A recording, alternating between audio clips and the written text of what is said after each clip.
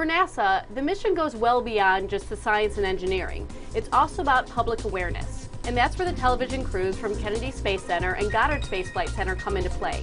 On the days leading up to launch, the crews work night and day to guarantee the public has access to live coverage of press conferences, briefings, and interviews with scientists.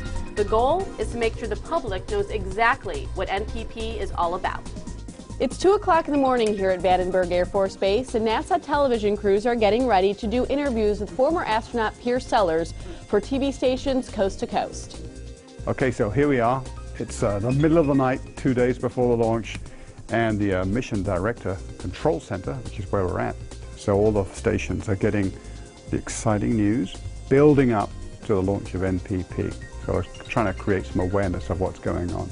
Why is this important from a media point of view? Well, this is science, technology being used to help people. This is important. So we keep striving to get the message out there that this is science serving people in a positive way. People rely on weather forecasts, particularly forecasts for extreme weather. But it takes a lot of money, time, effort, and scientific sweat to get that information prepared and out to people. And I think it's interesting for people to realize how it's done. You have to have these big satellites, you have to have computer models, and a lot of smart people working very hard to get you the information. The satellite is going to provide a tremendous amount of information for what I do as a meteorologist. Visible images, data going into computer models, but there's also going to be data that goes into long-range models for climate assessment. And these are all things that impact all of us on the planet we live in.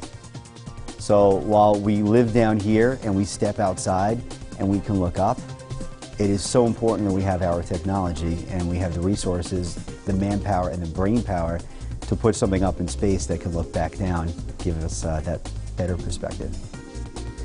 NASA has joined the social media movement to help spread the NPP message.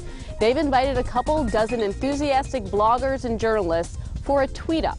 And the group is taking part in a series of all-day events to learn about NPP and share the message through their social media networks.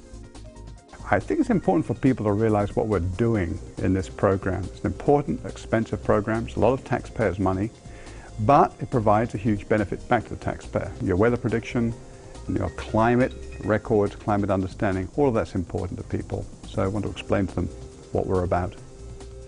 Engine start, 1, 0, and liftoff of the Delta II with the NPP satellite, blazing the way in new technology for climate research and weather forecasting.